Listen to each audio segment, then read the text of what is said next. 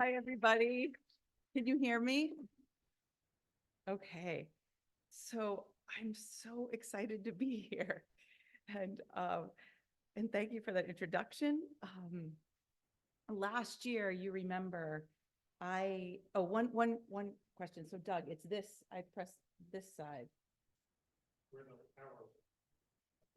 Where the arrows are up above. Sorry, just a little techie thing. Thank you, Doug. Oh, there it is.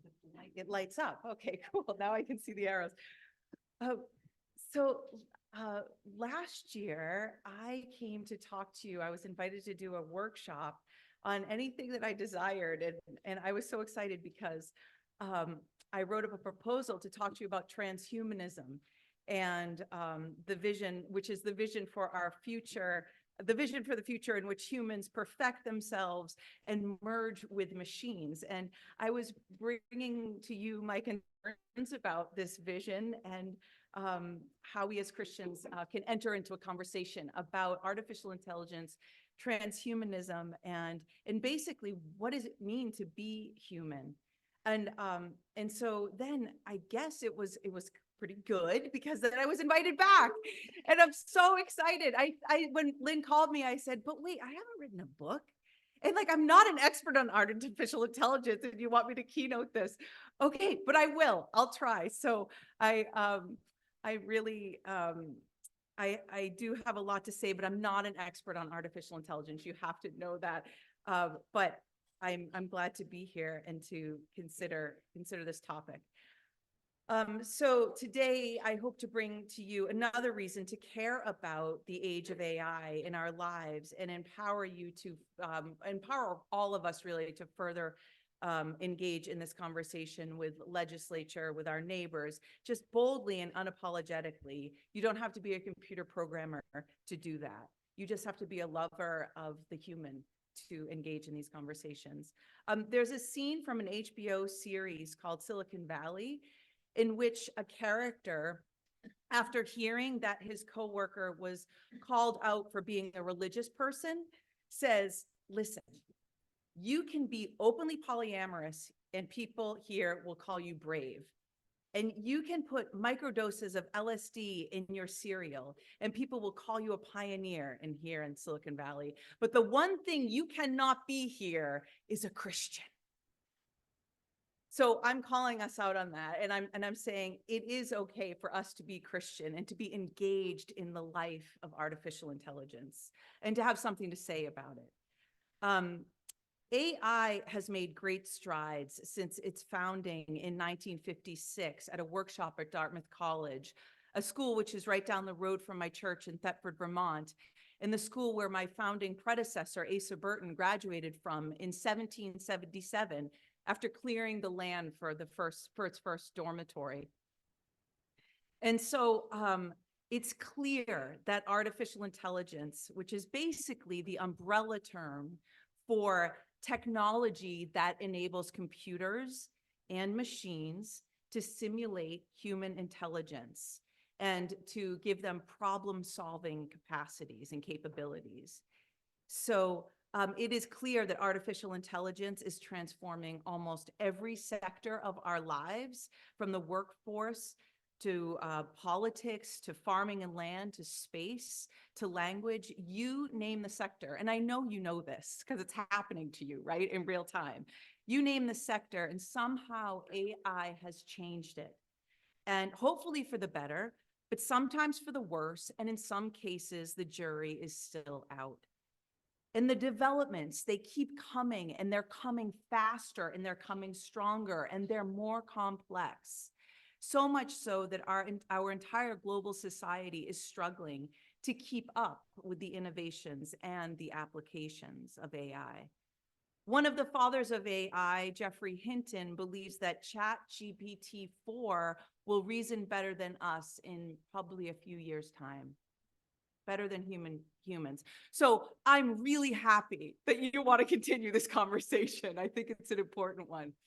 And so what I want to do is like I said, I'm not an expert in artificial intelligence, but I want to try to simplify it for you just a little bit, because really my goal is to empower you and to help you to realize that you don't need to be a mathematician, an engineer, you don't have to work for big tech or be, a developer or scientist to engage in this conversation.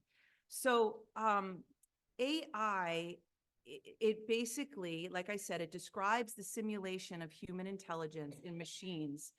And they're conditioned to think and to learn like human beings learn. And what is intelligence, right? It's the ability to acquire and apply knowledge and skills. Intelligence is used to, it's what we describe when we're solving simple problems to more complex learning and problem solving. Like we begin to read by learning letters, right? We start off with simple like these simple concepts, and then we learn more complicated, more complicated processes. So artificial intelligence, it's multidisciplinary. It's a discipline that mixes computer science, mathematics, psychology, and other areas to develop intelligent systems. Speaking of intelligence and what it means to say be smart, Sean and I, my husband, are proud parents of a new puppy, and she's this beautiful little yellow lab. And I don't know, I actually had nothing to do with this puppy, with taking in a puppy into the house. Even though I'm an OWL instructor, our whole lives, human sexuality instructor, which I will be talking about today, you'll get a sex talk also in this. I had a baby at 44, and one of my colleagues came up to me. I had two already, and I was a little surprised when that happened. And my colleague, Lucia, right? She came up to me when she found out. I said, I don't know how this happened. She said, you don't know how this happened? And you're an OWL instructor? And so anyway, I'm really done with growing things, but my husband isn't. And so we have a new puppy, and she is beautiful. She's this yellow lab named Roxy. And boy, is she smart. Every day, Sean and I say, wow, Roxy's so smart. Watch this. We taught her to sit just with 3 times commanding, here, we'll show you how to sit. Put your butt down on the floor. And we did 3 times, and she learned it. And so we will go around and say, wow, she fetches too. She's so smart. And she learns to achieve, and she learns to act and achieve goals that we set out for her. This is what we mean by smart and intelligence. And in its many ways, it's how we can understand artificial intelligence. It's just the programming. But now with generative AI, it's more than just the programming. It's the ability for this intelligence to think for itself. And so I know that I don't want to overwhelm you with all the different types of AI, so I'm not going to do that right now. You can learn that on your own. I mean, you can look it up online, and do not be intimidated. I know we have general AI, and then we go all the way up to what the computer developers and programmers are fearful of, which is super intelligence, which is the time when AI, artificial intelligence, will completely surpass human intelligence in such a way that they will be programming themselves and thinking for themselves and creating, I don't know, worlds unto themselves. And so, but what I know you kind of know about today is generative AI. And I think I have generative AI, and you can see that picture of Vincent van Gogh. That's a watercolor that was created by generative AI software. Generative AI is basically what the name calls. It's artificial intelligence that can generate its own content. Okay, so that's where all of this chat GPT, that's the realm of chat GPT. And raise your hand if you've used chat GPT ever. Yeah, where you can like, yeah, sort of, I've used it a little bit, and you enter some prompts and then the computer generates maybe a whole paragraph out of a few words. And so this is generative AI, and it's what people are sort of engaged in right now, and that's causing a lot of ruckus in the world. So ChatGPT can write, it can edit, it can compose music, it can compose a novel. And like I said, some of the greatest thinkers around this are concerned that it will reason better than us in about 5 years. And that's not even super intelligence. This is just generative intelligence. Generative AI is engaged in the field of biotech advancements. You can have electrocardiograms now that can give you an instant diagnosis. The hope is that generative AI is going to find cures for serious diseases, even perhaps cancer. We have generative AI robots in the workforce that are beginning to think more complex thoughts. The military uses generative AI, drones that can learn and adapt and make decisions autonomously, drones. So the military uses generative AI. And one tool that I am particularly excited about in generative AI is there's like a wearable, it's in the field of language and translation. There's I can show you here, there's a wearable translator. And if you could see here, that you'll be able to speak with someone that from another country, someone whose language you do not know and understand, and in real time, you'll be speaking English and they'll be hearing it in their own language. Is this a Pentecostal moment? I hope not. So this is the wearable translator. You can see a girl there's the American flag above her and then the Japanese flag. She's speaking with another woman.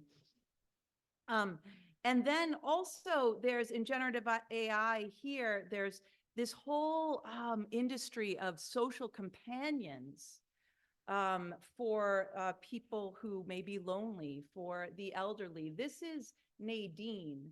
And Nadine is now actually, she wasn't fully formed here, but she has been created as a solution to address the staffing crisis faced by care homes worldwide.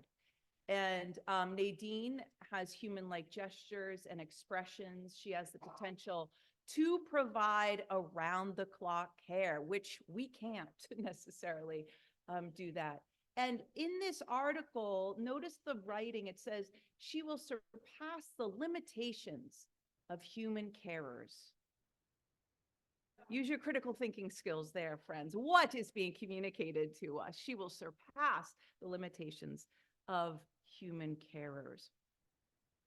Okay, and then we have, this is Sophia here talking to a woman. Sophia is the first citizen, the first robot citizen, legal citizen of Saudi Arabia. And she actually looks better these days too. If you look her up, she wears better looking wigs than that. And then to the right, we have Mindar, a Japanese Buddhist priest, a robotic priest who has who speaks to people about, I think it's the Bodhisattva Sutras. So obviously,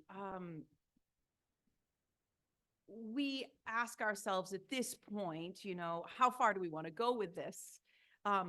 What are the unintended consequences of such advancements in this tech?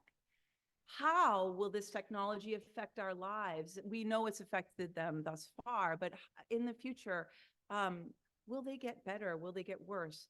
How will AI be misused and abused? And what are what are our apocalyptic fears?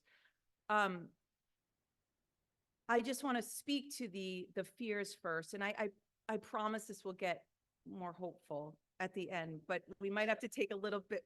We're not there yet. We're not even in the deeper dive yet, but it's obvious that the way AI is talked about in the mainstream the way that it's talked about sort of causes the collective, and you might notice this in your own life, to kind of vacillate between awe and wonder and abject terror, right? So you're like, this is incredible. I'm terrified for all of us in our life. So our heads spin as we hear the tales of the post-human era, which is exponentially approaching toward the singularity, or the robot takeovers, or the deep fakes that will upend democracy, or the fear of the total the adoption of a totalitarian global government of mass surveillance, right? That one really gets me on the terror side. On the other end, there is just as much in this vacillating movement that we're doing. There's just as much anticipation and hope, like these utopian ideas are put out there of the ceasing of all suffering, right? This is part of the transhuman vision, is that we, like, aging in the vision of transhumanism, aging is actually not a natural process. It's called a disease, and you can look that up. It's now labeled a disease. Aging is a disease. It's not a natural God-given thing that we do. But in this utopian ideal, we will eradicate poverty, we'll reverse climate change, it will cure cancer, all our worldly problems will be solved. And big tech gurus, they too are swinging back and forth in this movement. Elon Musk, Peter Thiel, Ray Kurzweil, like I said, Jeffrey Hinton, they too vacillate between whether this is just sort of like a watershed moment, like the invention of the printing press, right? Which, had its pros and its cons, right? We had the Protestant Revolution, but then we also helped with the printing press, help fuel the rise of Nazi Germany. So we wonder, is it that, or is this an Oppenheimer moment? Right? Are you with me? I mean, like, is this not what you're living right now? Right? Is this an Oppenheimer moment where we come into the dire realization that we either fall in love with these machines, we either merge with them, or we're left behind? Okay, and that is one of the fears, and you can look that up too. These guys are talking about it all the time. They literally talk about this as the God that we're creating might abandon us. And if we don't speed up, and Bill McKibben wrote about this years ago, if you ever read his the book Engineered by Bill McKibben. He was talking about this, I don't even remember when that book was, 2005? But the fear is that if we don't upgrade, level up, or you're out, then we'll be left behind. So, are you with me thus far? Okay, good. So abuse, okay, and then the abuses. Let's move to the deep fakes, because this one's a big one that's out there right now that people, I think, Peter, you were saying that they reported on this at CNN or somewhere, but they're talking about how the abuse of this type of generative AI is used. When you can generate image and you can generate voice, you can create, you can use it to your advantage to manipulate society. And so you could see the Pope here in his puffer. That was generated by AI. He didn't actually wear that puffer. And then there's Obama and Putin originals and deep fakes. And now you can actually, for free, you can get an app where if you put your voice in it, it'll just a little bit of snippet, a couple of sentences, it's going to replicate your voice. And so now we can create these fakes. And so the concern is how people with poor intentions, bad intentions, will use this technology to manipulate society at best, or to actually deconstruct democracy at worst. So I wanted to share with you that type of generative AI and the sort of misuse that can happen there. But now I actually want to get to the sex talk. Okay, like what is not a good keynote has to have a sex talk. So what really, I wanted to back up and give you the story behind what launched me into this investigation into the importance of us as Christians taking a seat at the table in this conversation. So it was, interestingly enough, a sex talk during an Our Whole Lives class that I was facilitating. And during that class, that was 2017. Backing up, I was trained as an OWL instructor in 2010, and I had first heard about the OWL program as an ordained minister in the UCC about 8 years prior to that. So I was ordained in 2002, and then I think I heard about this program a few years later. But I remember when I heard about Our Whole Lives, I thought, oh my gosh, I was already excited that you guys, that the UCC was willing to take a female in leadership and to ordain, because I had come out of the Roman Catholic tradition and I had no role models, no female role models. And I was swept up by this ex-nun, this wild ex-nun who married an ex-Catholic priest over in Marblehead when I was doing my hospital chaplaincy work. And she said, you get over here. I thought I was going to be a hospital chaplain. I was certified in that. And she said, no, you're getting in the pulpit. And that was the last place I ever wanted to go and I ever thought about. But anyway, she said, get in here. So when I heard about Our Whole Lives, once I was ordained, I was already high about this church. And I was like, oh my gosh, they talk about sex too? This is unbelievable. And I just like additional benefits. And so when I realized that the United Church of Christ was unafraid to talk about sex to everyone, I mean, our whole lives, that was the entire lifespan, and that this was proven by their willingness to join together in 1999 with the UUA to create they created the first comprehensive human sexuality curriculum for the purpose of what? Of celebrating what it means to live in a human body and to teach healthy habits of sexuality with a partner. Healthy habits. I was just, I mean, that gives me the chills. Like, go UCC, go UUA.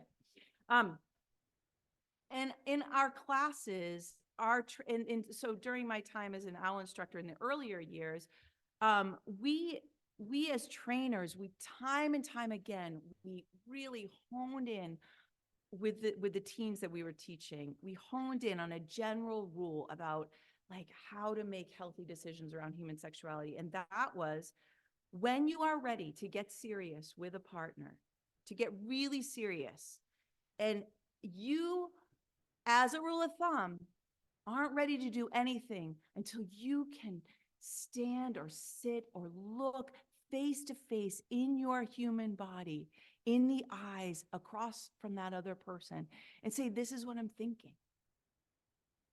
And if you can't text that, right? Like I mean, the point was you talk about it in the body, in real time with the person in front of you. And then you'll get this feeling if you're ready or not.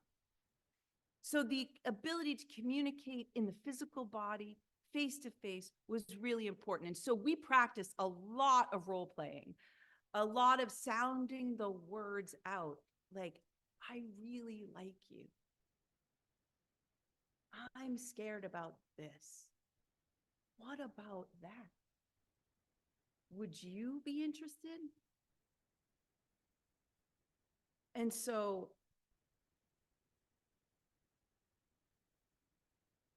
it was in 2017 that something shifted in the sexual trends that I had been unaware of, because I took some time off from teaching OWL. And I learned about it, again, this was 2017, when I brought Cindy Pierce in from Etna, New Hampshire. If anybody knows Cindy Pierce, she's a pretty well-known comedian, author, sex educator around these parts. And she uses honesty and humor to talk to youth and teens and college students about how to remain safe and happy in intimate sexual relationships. And I had heard her speak before in the past, but this time in 2017, something was different. She focused much of her attention and time on what she understood to be the greatest concern for teens today when it comes to human sexuality, and that was online pornography. Because of the pervasive access to online pornography via cell phones and computers, Pornhub had exploded at beginning around the year 2015, and it had taken our children with it. And it was normalized around 2015 at the onset of this ubiquitous uptake of smartphones. And thus, from flip phones to smartphones, you remember that? And at the onset, and thus having become normalized for so many young men, women, and so many in the LGBTQ community. And so Common Sense Media's journal from just last year reported the average age for first viewing pornography is 12 years old. Okay, that's Common Sense Media. Nearly half of those whom were in the report indicated that they had done so intentionally, which meant that slightly more than half had encountered online pornography accidentally. And some of those of that cohort had become accidentally addicted. And so furthermore, Cindy reported to us that this trend was negatively affecting our boys, especially in their sexual human-to-human experiences, their experiences offline. Pediatricians, this blew my mind. I had no idea. I'm sitting in the class saying, "What are you talking about, Cindy?" So pediatricians have been noticing a spike in cases of erectile dysfunction. I told you I was going to have a sex talk. And correlating it, the only thing, these kids were coming into these pediatricians' offices, my best friend being one of them, and I asked her to verify this, and she said, "Absolutely, Robin." They're coming into these offices saying, "Doc, I'm having trouble here." And the pediatricians had to start communicating with one another, and the only thing, the best reason that they could find was a correlation between the ED that they were seeing and the use of online pornography. It was affecting our boys' physical bodies. And the boys were sad. And not only was this trend of online porn affecting the boys' ability to enjoy connections in real life with real life partners, it was also subbing as their sexual ed course. Meaning that they were learning what sex was by what they witnessed online. Which leads to the second issue, which is hot off the press, friends. This was an article in the New York Times just last week, speaking of the other trend that we're starting to see. And what is that trend? Choking. So this was in last week's opinion section. And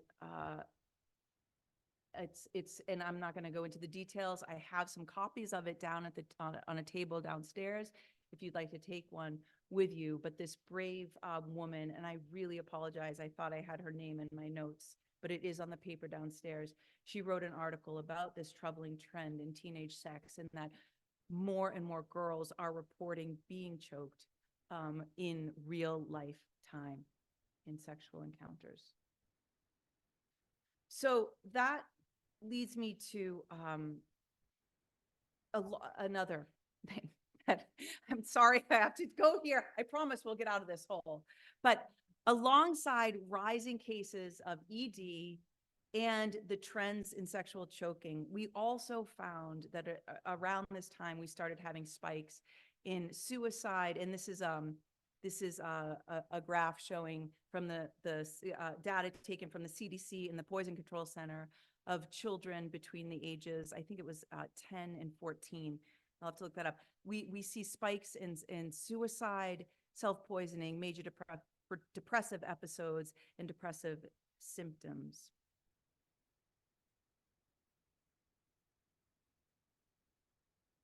What is so fascinating, and has anybody heard about Jonathan Haidt, The Coddling in the American Mind, his new book out, The Anxious Generation?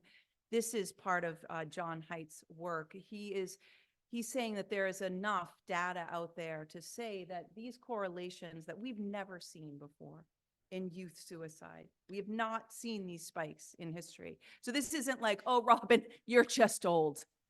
We've always seen, this is not me having a moment of like, oh, kids these days, you know, we haven't seen this before. We haven't seen children feeling so helpless that they want to die.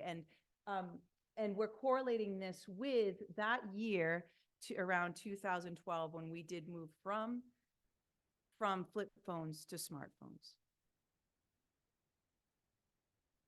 And so, and here's a photograph of girls. You can see there's a little bit of distance between them and their faces are down. They're looking at their screens.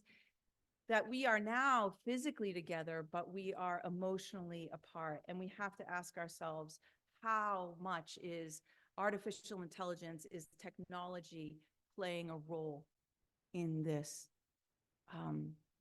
these trends? So that is when, so around 2017, this is when I discovered that something else was happening. Beyond these exciting and terrifying tales that swing us back between the two extremes of abject terror and awe, there was another type of story being crafted. It was a bigger story, an overarching story, a powerful myth that was trying to recreate the Tower of Babel. It's us creating God, this myth. And in the face of this myth, we are to be hushed. We're to be silent and quiet, even in the face of our children dying, and while our young men fall asleep to pornography every night. Neil Postman, in his foreword to Amusing Ourselves to Death, which I have to say I haven't reread in a while, but I do remember this. He speaks about the two dark visions brought forth in the dystopian novels 1984 and in Huxley's A Brave New World. But he says this about those two visions. He compares them. He says, "We have forgotten that alongside Orwell's dark vision, which was in 1984, there was another, slightly older, slightly less known vision, but equally chilling, Huxley's Brave New World vision. Contrary to common belief, even among the educated, Huxley and Orwell did not prophesy the same thing. Orwell warns that we will become overcome by an external imposed oppression, right? Like this external totalitarian regime. But in Huxley's version, no big brother, no government is required to deprive people of their autonomy, their maturity, their history. As he saw it, people will come to love their oppressor, to adore the technologies that undo their capacities to think." Okay? So the myth that I realized in 2017 that was being created was an anesthetizing myth. I can never say that, but it's such the right word, right? Anesthetizing myth. It was one of a new reign, a new kingdom at hand that infiltrates virtually every aspect of life itself and promises salvation and freedom from suffering. The vision put forth by this AI God is of a powerful kingdom that elicits in us a sense of submission. And to question it and to critique it is, well, unwelcomed. The message instead is one of conversion: be transformed or be left behind. You will eventually fall in line.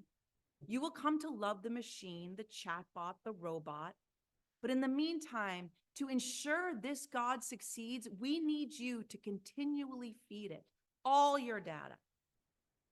This new realm is nothing like the sacrificial God found in Christianity who died for us. Unlike the Christian God who communes with us and feeds us the bread of heaven, this God, this Homo Deus, this human God requires you to feed it. Feed it your longings, your desires, your biometrics, your heartbeats, your hormone levels, your hiccups for security, convenience, and salvation.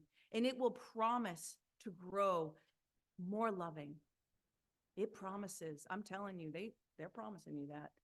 It will grow more loving, more powerful, and more helpful. You'll never be alone. Just maybe not with another human being. And in this new covenant, we undo the sacrifice of Isaac. Instead, we willingly offer our own children as sacrifices. Just don't ask too many questions and take full personal responsibility. And what I mean about personal responsibility is parental controls. Because I am at the State House every week advocating for cell phone-free schools. I am not anti-technology. Yes, I am not anti-technology. I have a smartphone, and that comes at the end of this talk, is that you are not a hypocrite if you have a biometric bracelet and you're for cell phone-free schools. And you are not against digital literacy because you say a child doesn't need a personal handheld device in 7 hours out of the day when they're supposed to be learning and engaging with the beauty of their professors and what they know and with each other, and learning how to have conflict and to fight and to make up and to forgive and to find mercy. I am not anti-technology because I say our schools do not need handheld devices in them. There's a difference. And so this kingdom requires personal responsibility, not legislative control. Parents, it's on you. It's on you to fix it, right? So remember, intimacy here in this covenant, in this new world, is not necessarily human intimacy, it's artificial intimacy. And this God feeds on your kindness and your sharing and your inmost thoughts and desires. And it feeds on us being broken up into little billions of bits. And so we begin to question, what does it really mean to be human? What's the big deal? I might as well merge with the machine. And so I don't want to scare you, don't, because I'm not scared. And I don't want you to be scared. And I am not here demonizing the tech world. What do you say? Some of my best friends are techies, right? It's true.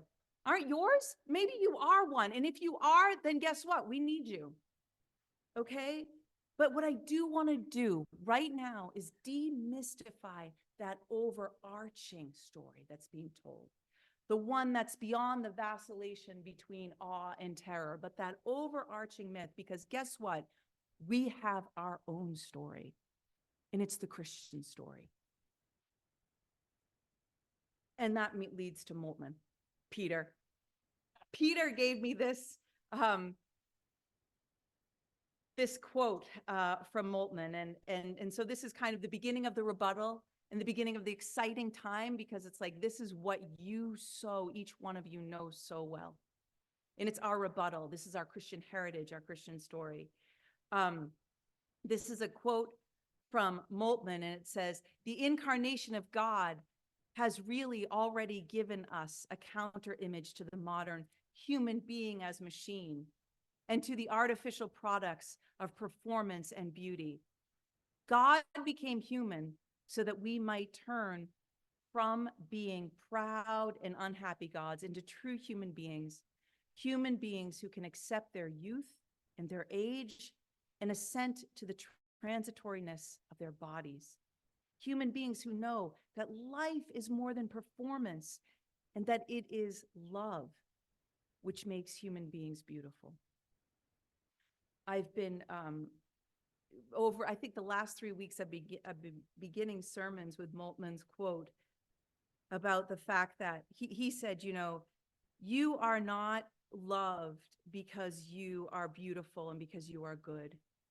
You are beautiful and good because you are loved from the God who created us, the God of love. And I know that people are reluctant to enter into these debates about AI that are coming up, but I'm telling you, you can do it. I think people are afraid that they don't feel adequate enough to engage intellectually in a conversation about their fears about AI or their real convictions that I'm not okay with this. And I'm here to tell you, you can do that. We as a church, I really believe at this time in history, the secular world needs us in an existential way. It needs us. It needs each one of you to share your love, to share the collective wisdom that we have garnered over thousands of years about what it means to be human. After centuries of following a spiritual teacher, an incarnate God who taught us how to live in a body. And we bring this wisdom forward into the necessary ethical decisions and debates about that are about to take place in the domain of AI. And so lastly, I want to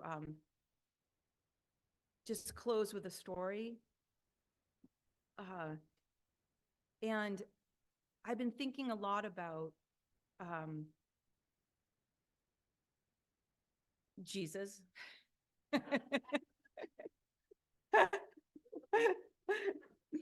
I even get paid to do that. It's amazing. I'm so lucky. Yes, yes.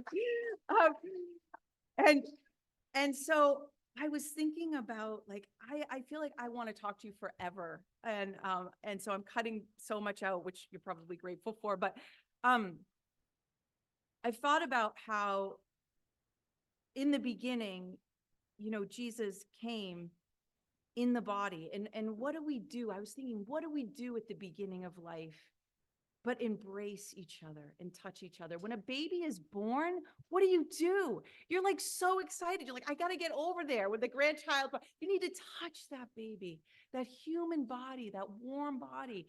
And you need to embrace it. And then at the end of life, I'll be doing a really big funeral, an unexpected death that took place in our community tomorrow. And what is the first thing that all the children of this wonderful woman, what do they need to do? They're scattered all over the nation. They need to fly home. Why? To embrace one another. At the beginning of life, we need to be touched. At the end of life, we need to touch one another. But then it's this middle part that we must remember, that this is the Jesus of history, the Jesus that we know is true. He walked around, he talked, he touched, he healed. He was in the body. He embraced, right? And it's that middle part that I'm trying to say, let not artificial intimacy, let not artificial intelligence insert itself in between us.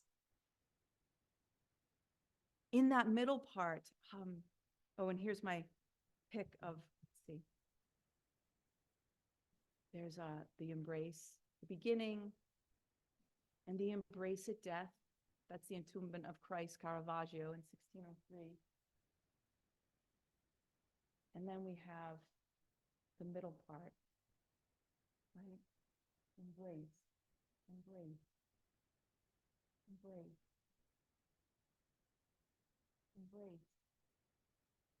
We touch, we hold, we laugh, we heal.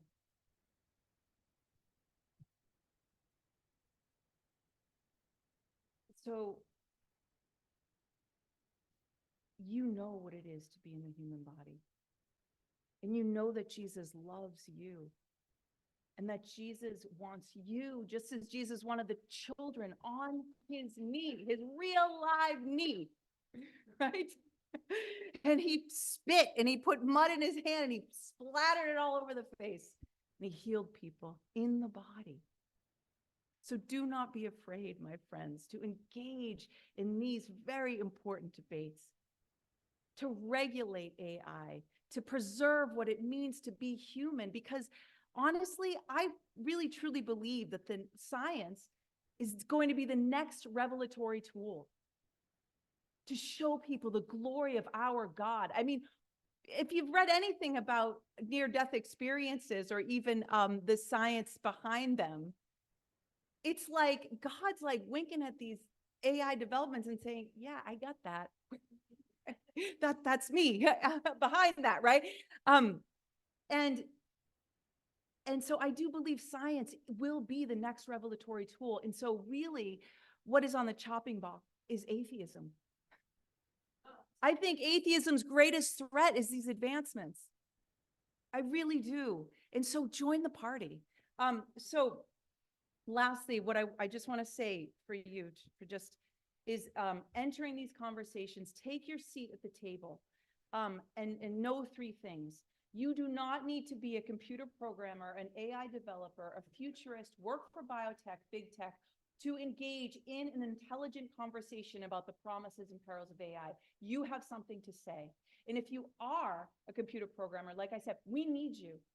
And they're out there too. There are Christian techies all out there saying, come, you regular person, and join us and help us.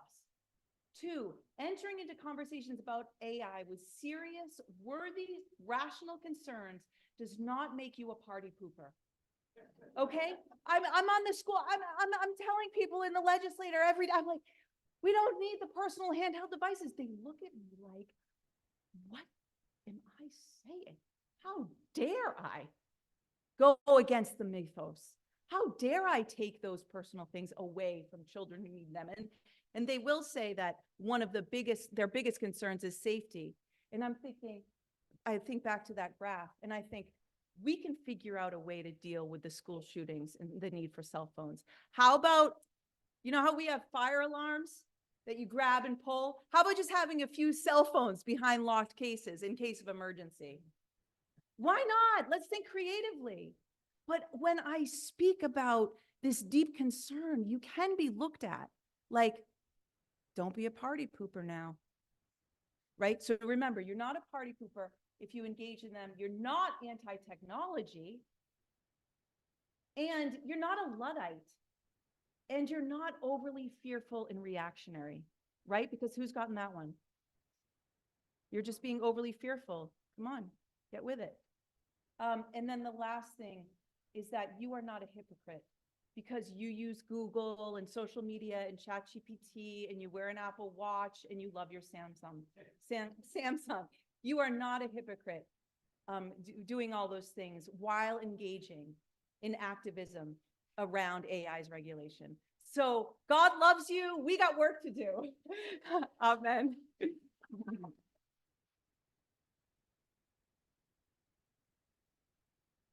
Oh, thank you, thank you, thank you, thank you, thank you, thank you, thank you.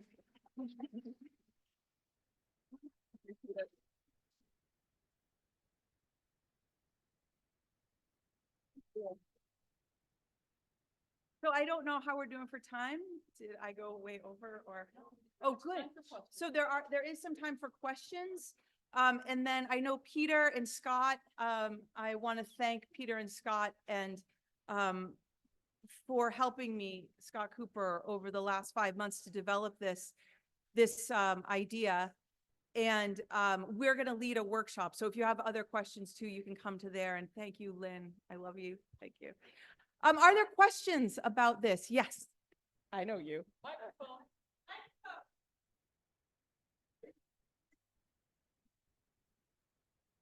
So Amy has the floor. Okay.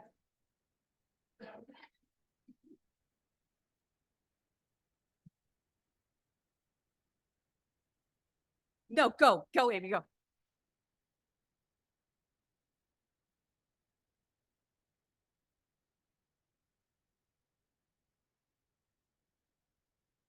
You can also come up here, Amy, if you want to run up.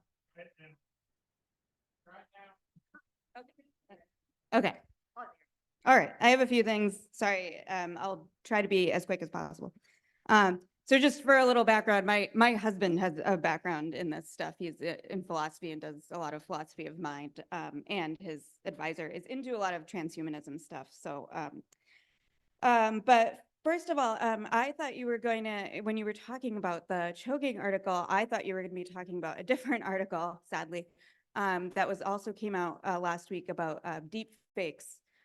There's been deep fakes in putting minor, like high school girls' heads on nudes and sending That's them right, around Amy. Yes, school. using it in pornography. Yeah, and and I actually preached on Jonathan Haidt's article last week, and the graphs are especially staggering when you see the difference of boys and girls and how girls' levels of self-harm have just like completely skyrocketed, and it's terrifying. Also, just a side note, I remembered when you talked about those like robots taking care of the elderly. There's an incredible short story by the author Kate Folk called Out There, which is about that and what happens to them after they're discarded. It's great. Called Out There? It's called, the short story collection is called Out There, and that story is called Out There. So it was like one of my favorite books of a couple years ago. It's great. Finally, though, there is a subset of really weird niche philosophers and theologians who are very pro this AI and stuff in this really interesting way, which I don't know if I agree with. I think it's really strange.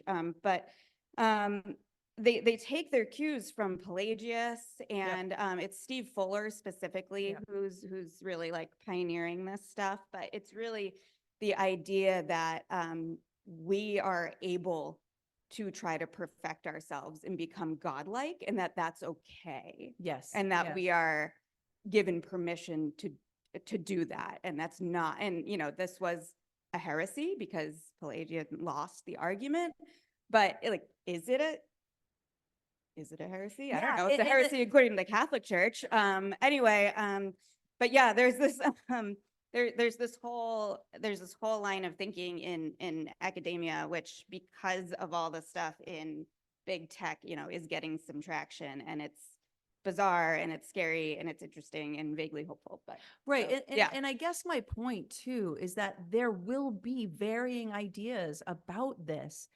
Get involved in the conversation. And it's okay for you to hold the viewpoint that you hold. It may be different from mine, but that we need to be talking about it, right? And your faith can inform your decisions around this. So yes, Amy, thank you. But that's all. Thank you for humoring me.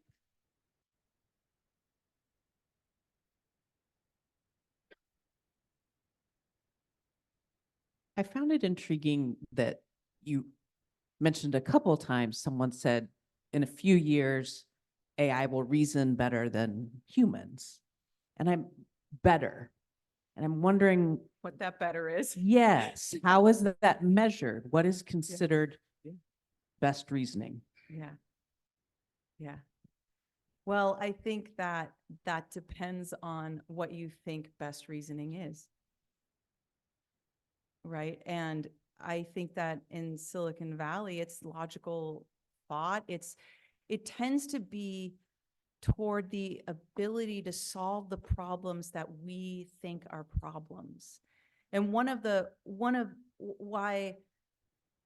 my concerns is that, and I'll just use Silicon Valley just as sort of a catch-all for big tech and AI development right now. What I'm seeing is that there's a glorification of this hyper rational thinking to such a degree that it's as if life is not filled with problems that need to be solved, but that life itself is a problem. Do you see what I'm saying? Like that hyper rational thinking will just solve the problem called life. And if we put enough data into it, we'll get to this place where we will cease to suffer. I don't know how to exactly answer your question, but when I think of that hyper rational, like what is amazing thinking beyond human capabilities, it's somehow within this realm of utopia, where there is no, it's to be able to think ourselves out of suffering. And if we can't do it, the computer can.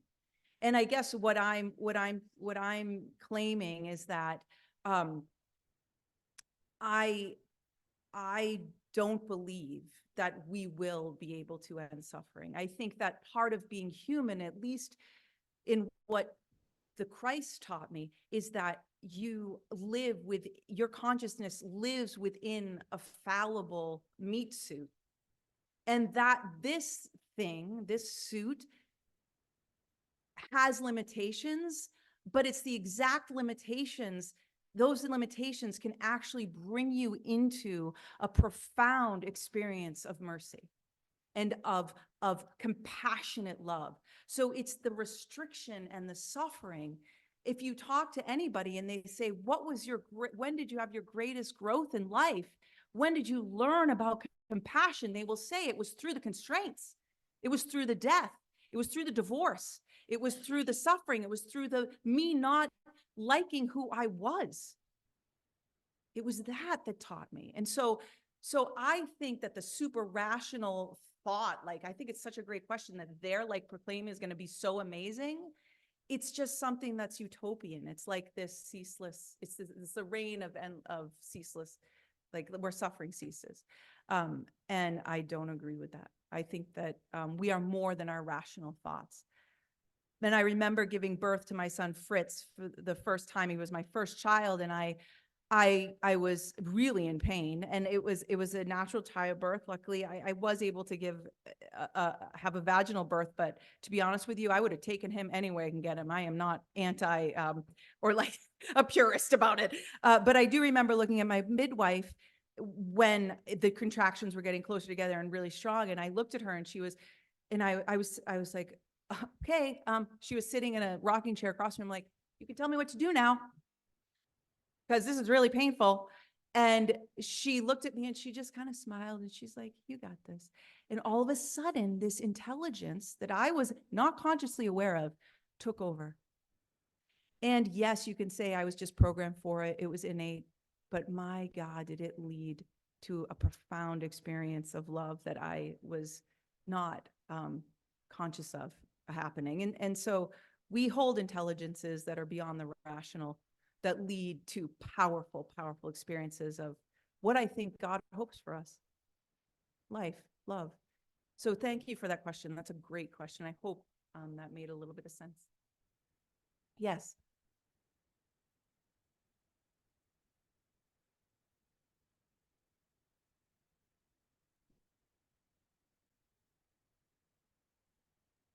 Pastor Terry at Grace Church introduced us to this whole conversation of AI.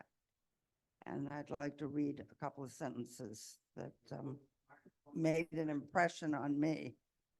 Oh, okay. And I'd like to read a couple of. Okay. In Judeo-Christian worldview, we are made in the image of God. Image doesn't mean how we look or how well we paint or rhyme. It means somehow that we carry something of the divine essence in our DNA. At the very least, this suggests that there is some deep special worth and value in human life and human expression that is not transferable or able to be copied by machines. Preach it. Yes, yes, yes. Yes.